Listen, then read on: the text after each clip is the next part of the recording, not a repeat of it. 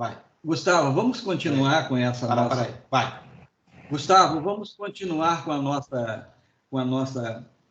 o nosso bate-papo, com a nossa conversa, não é? Acerca, para esses que se ligaram ao rádio agora, inicialmente, sobre o tema São Chegados os Tempos Finais, não é? Esse é o tema que nós escolhemos para discutir, baseado em obras espíritas, naturalmente, a Gênese, obras póstumas, obras de André Luiz, não é?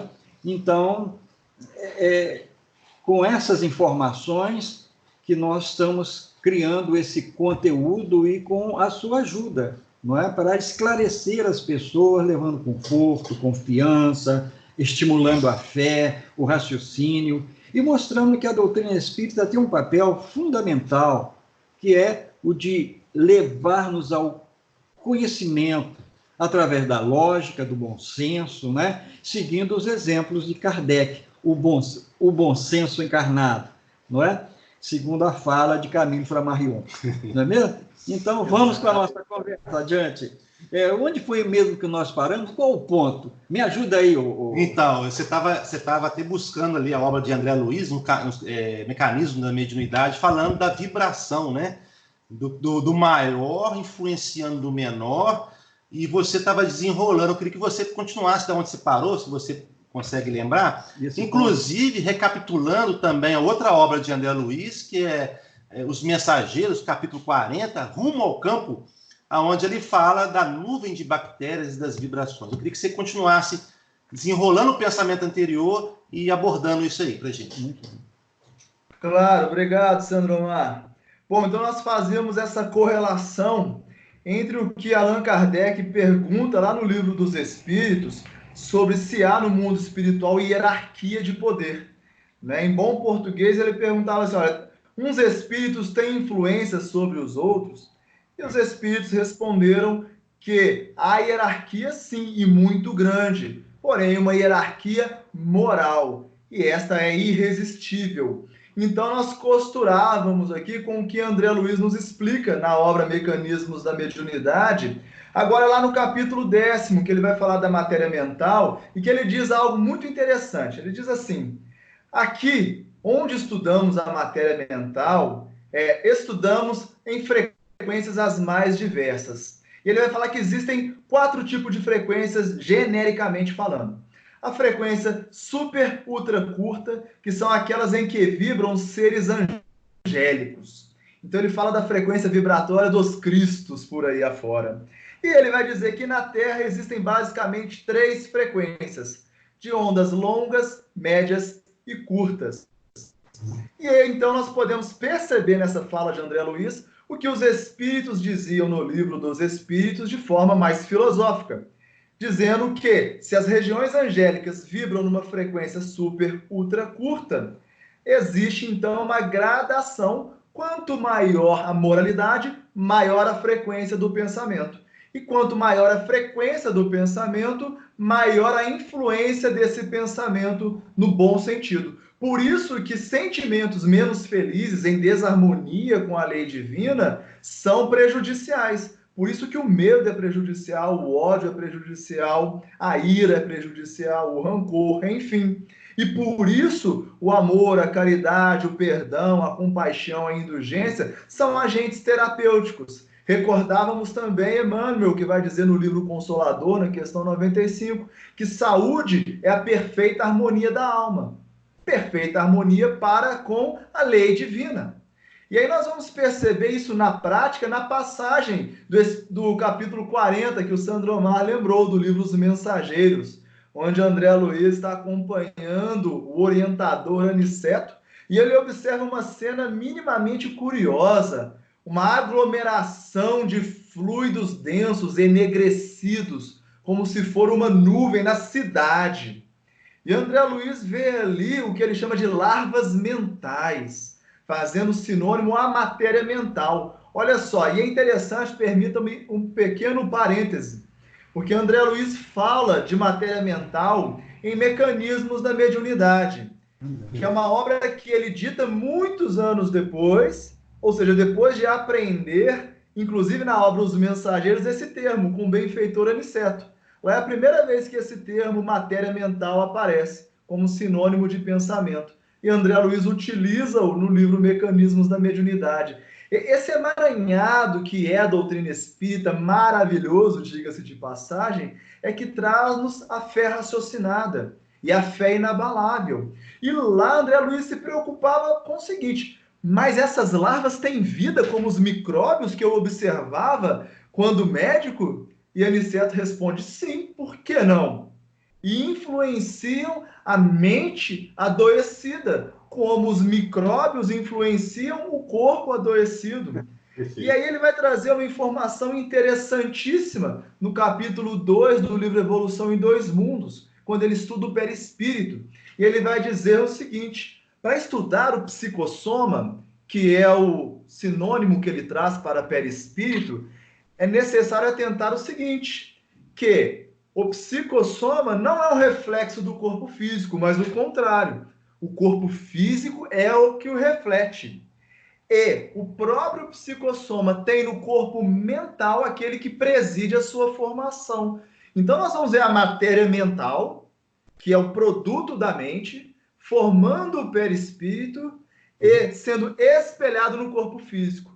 E essas larvas mentais são produtos de quem? Dos seres humanos.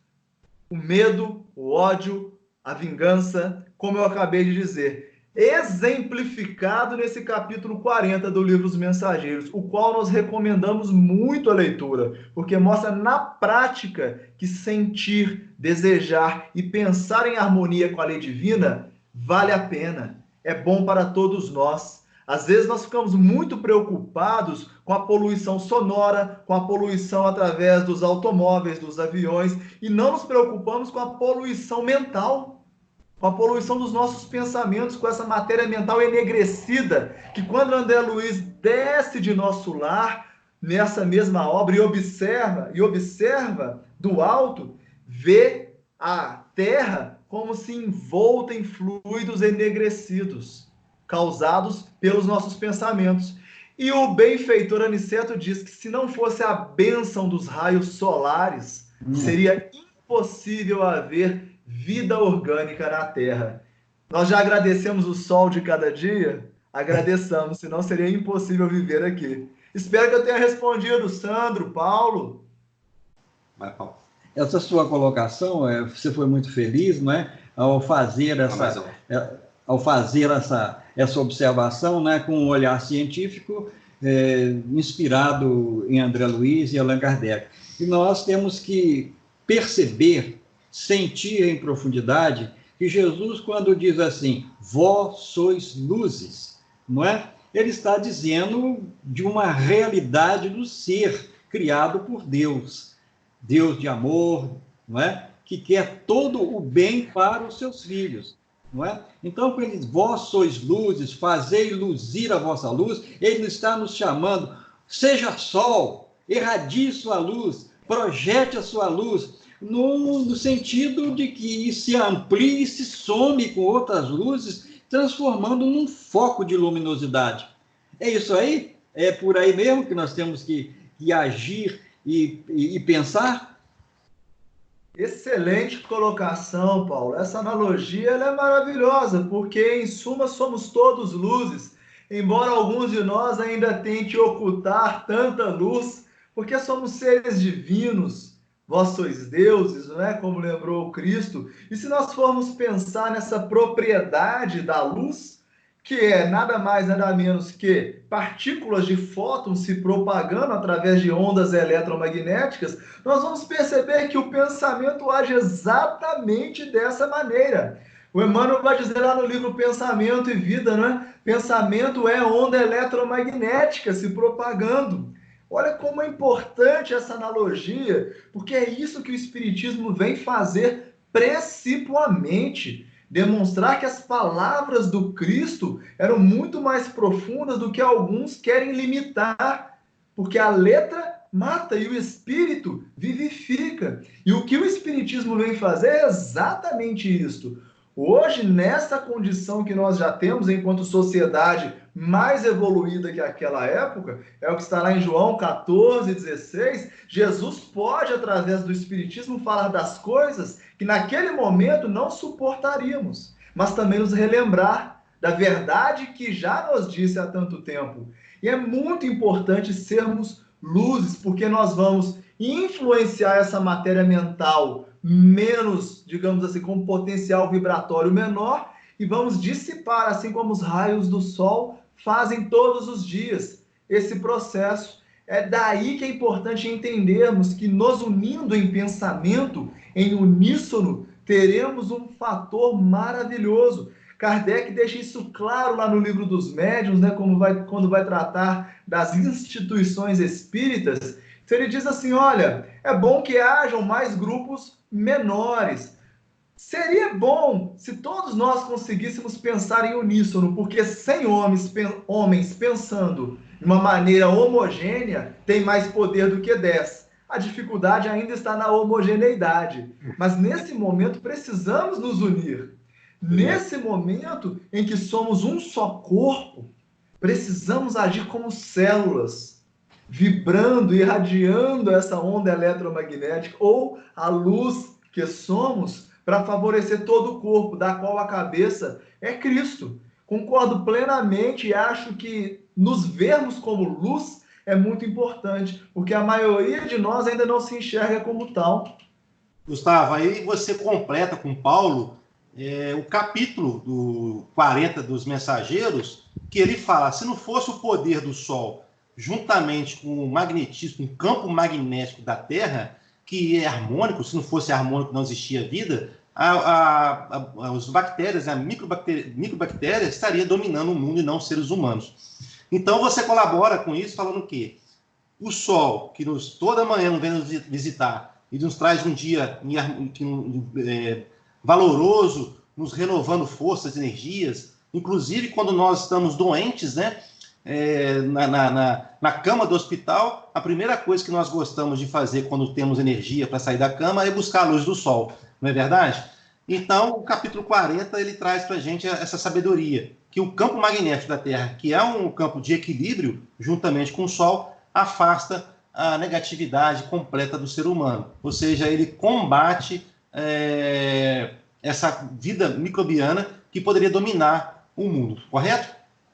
Perfeito. E essa analogia que Aniceto traz sobre esse campo magnético, chamado magnetosfera na Terra, é muito interessante porque ele hoje já é fotografado.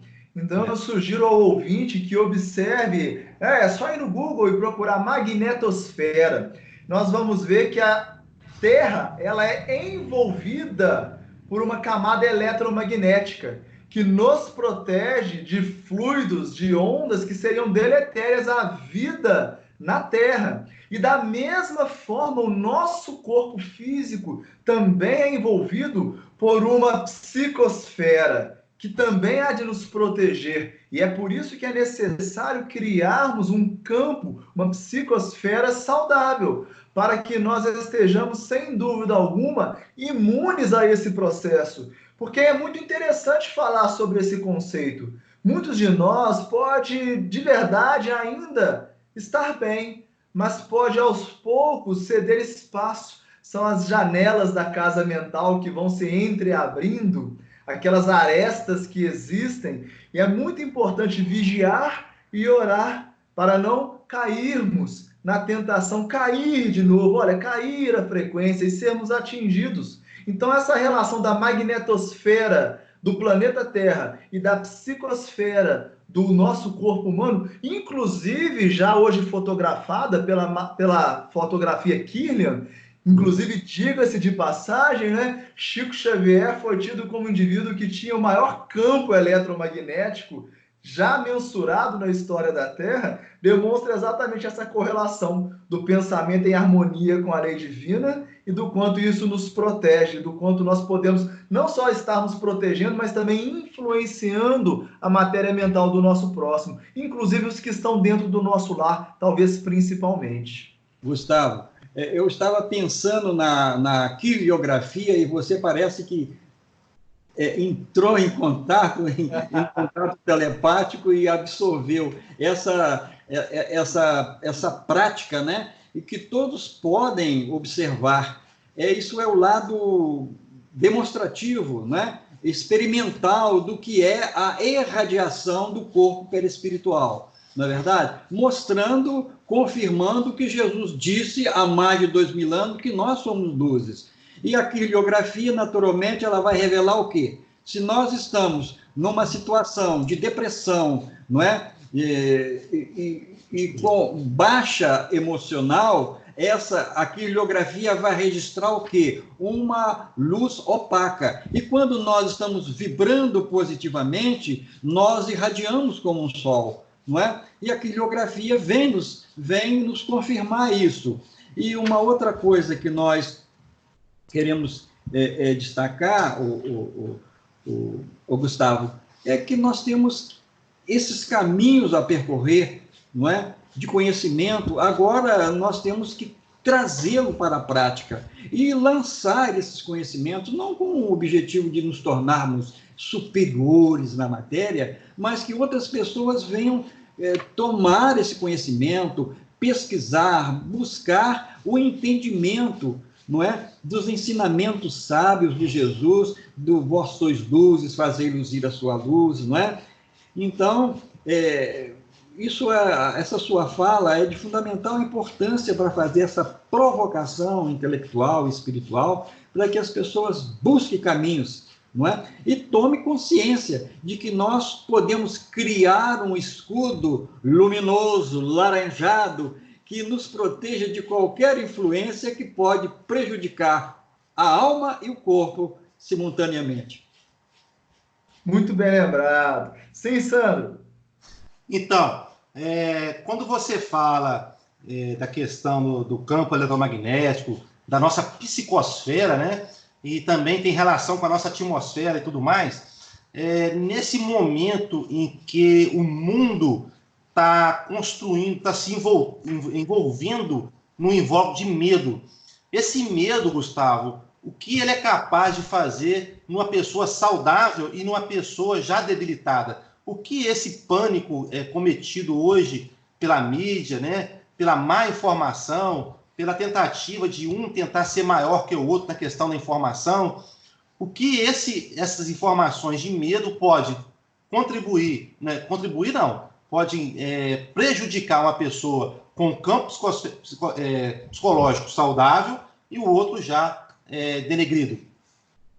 Excelente questão, Sandro Omar. E hoje, o que os espíritos já diziam, né, algum tempo atrás, através da cândida figura do Francisco Xavier, começa a se demonstrar pela ciência. Há um campo hoje da medicina, eu costumo dizer que tem um nome feio, mas que é muito belo, que é a psiconeuroendocrinoimunologia. Então é um campo que começa a fazer uma correlação entre a psique humana, entre o nosso sistema nervoso central e autônomo, entre o nosso sistema imunológico e o nosso sistema endocrinológico. E busca uma correlação de todos esses sistemas em um processo profilático, ou seja, preventivo em relação ao adoecimento, e também no processo terapêutico. Já adoecido, como isso interfere em uma abordagem terapêutica mais rápida ou mais longa. Então, o câncer tem sido assim o campo de maior estudo dentro dessa área. E os oncologistas têm demonstrado assim estudos maravilhosos, que é onde eu vou responder a sua pergunta. Tem-se chegado à conclusão de que indivíduos que têm a resiliência, o enfrentamento do câncer, que fazem psicoterapia, que durante o processo da quimioterapia, do seu tratamento, fazem trabalho no bem, procuram ocupar a sua mente, têm uma produção das células chamadas NK, Natural Killers, que são células que matam o tumor, que matam a neoplasia, muito maior do que aqueles que entram em processos melancólicos, de reclamação, de Deus não gosta de mim, enfim, processos depreciativos, autodepreciativos e se entregam.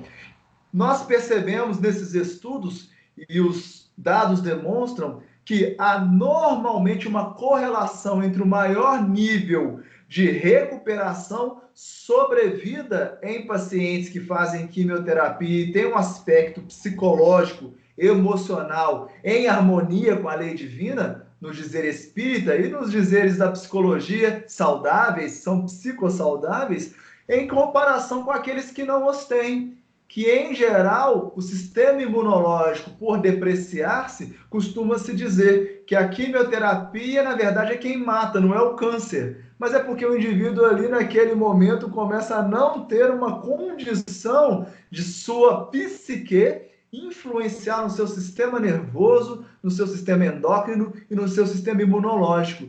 Então, sim, há estrita correlação do ponto de vista espírita e do ponto de vista científico, que normalmente corroboram-se entre você ficar neurótico, entre você ficar amedrontado, ficar o dia inteiro assistindo notícias repetidas sobre a pandemia e seu sistema imunológico ceder mais, inclusive ao próprio vírus, o qual você tanto teme. E ao invés disso, se nós arregaçarmos as mangas, né, lançarmos mão do arado e formos trabalhar de dentro das nossas casas, produzindo coisas positivas, notícias positivas, ninguém quer dizer que nós vamos ficar alienados, mas é buscar a informação e pronto, parte para outras coisas, para coisas boas. Esse indivíduo tem, sem dúvida, menor potencial de adoecimento, porque o seu sistema imunológico está mais fortalecido. E ainda que adoeça, o seu sistema imunológico pode ajudar na terapia, no combate àquele vírus. E aí você pode se tornar um agente curativo, como hoje já se percebe. Pessoas que têm o mesmo vírus, mas são assintomáticos. A grande pergunta é, por que algumas pessoas são acometidas pelo mesmo vírus e são assintomáticos, e outros têm sintomas tão graves que levam ao desencarne, à morte do corpo físico? Só para recordar, permita-me mais uma só colocação.